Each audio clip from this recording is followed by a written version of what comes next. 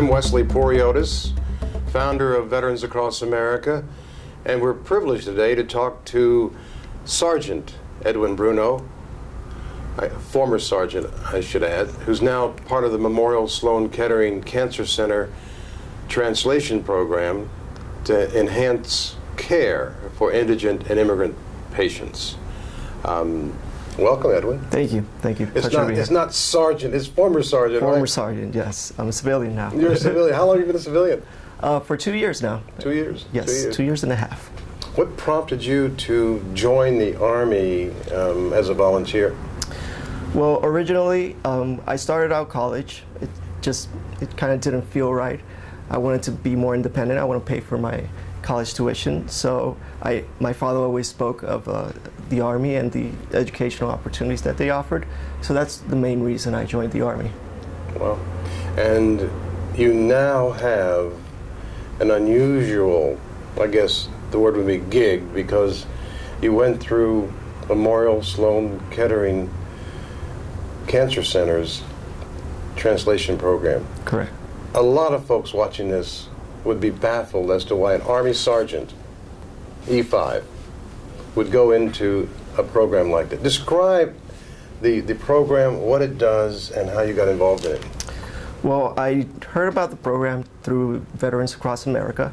I was basically applying to different jobs when I came to New York originally. And Veterans Across America was one of the few agencies that actually reached out to me and offered me this opportunity with Sloan Kettering. I remember interviewing right here at this very spot.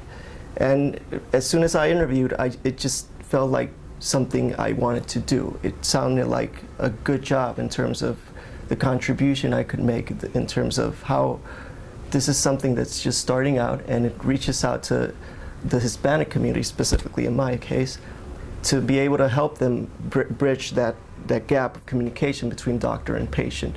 And I just thought it was a good opportunity, and I took the course, and now I'm working for, like I said before, 3 different agencies. And these agencies position you where there's need. What kind of places have you worked at? All kinds.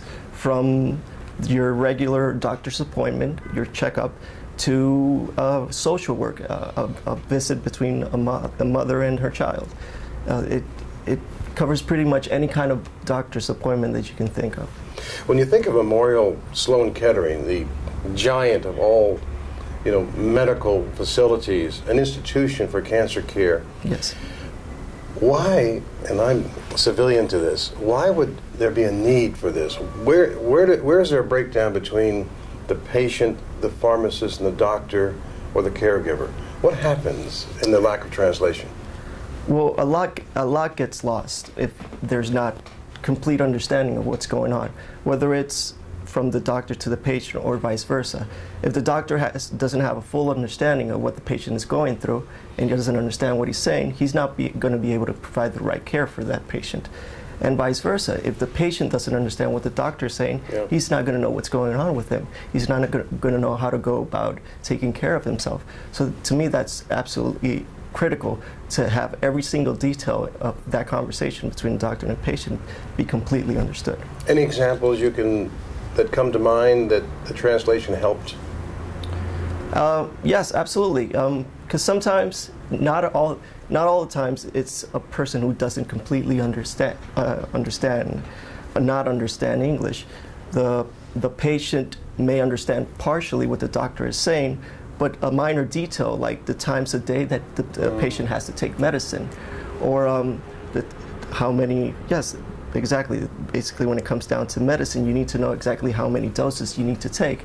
And sometimes those little details can be left out if you don't completely understand them.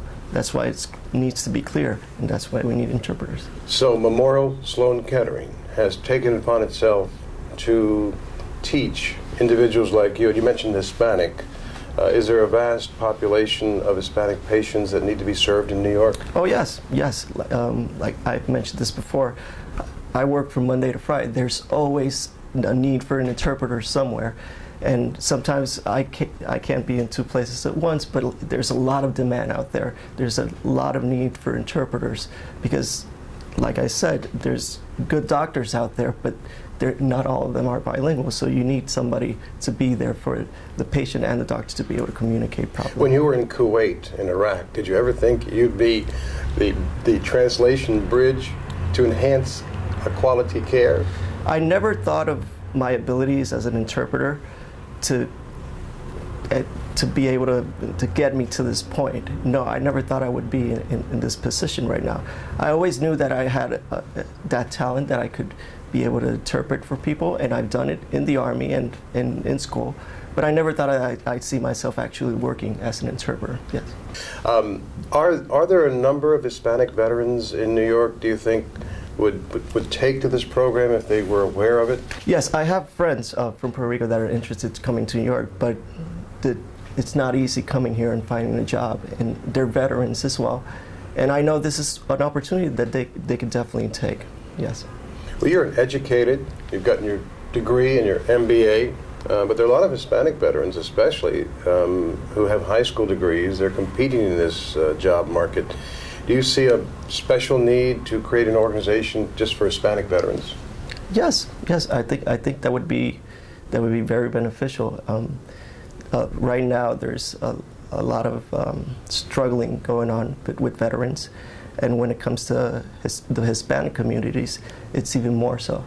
Well, you said Veterans Across America provided you that vital network as a connective linkage to Memorial Sloan Kettering in this wonderful program that you were trained in.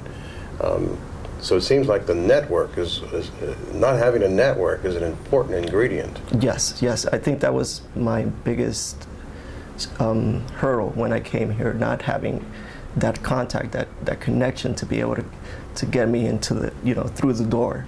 And Veterans Across America definitely provided that opportunity for me. Great. What do you see in your future? You're going to continue translating, bringing other friends and other Hispanic veterans into the program, or just keep spreading the care that you give to others? What do you see for Edwin Bruno? Well, like I said, from the moment I walked in through this door and I interviewed here, I was just in love with the field and what it does. And I took the course, I started working this, and I've always told Javier and Anthony, if there's anything out there that I could get my hands into research when it comes to reaching out to the Hispanic community, let me know, because I really want to make a contribution. I definitely see myself doing this for a long haul. Wow. Well, thank you. I hope we can continue to talk and watch how you care for these patients. Thank you. Again, I've been speaking with Edwin Bruno, a former sergeant in the Army who served in Kuwait, served in Iraq, and came back to a wonderful program at Memorial Sloan Kettering Cancer Center to train him as a translator between indigent and immigrant Hispanic patients and the doctors and the pharmacists who care for them, to enhance that care. So I thank you, Edwin. Thank you. And I hope the audience viewing this will continue to support the program. Thank you.